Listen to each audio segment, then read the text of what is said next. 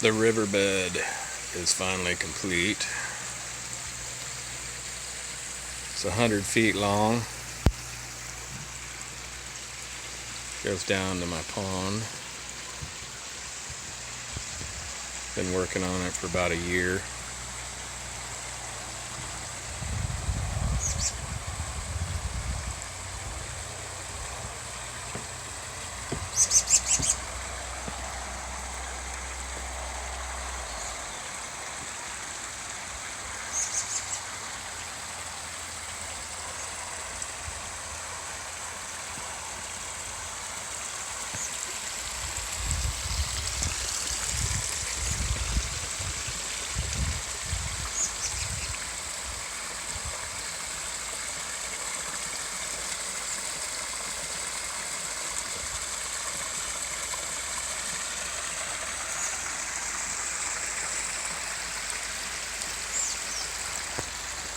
And that's about it.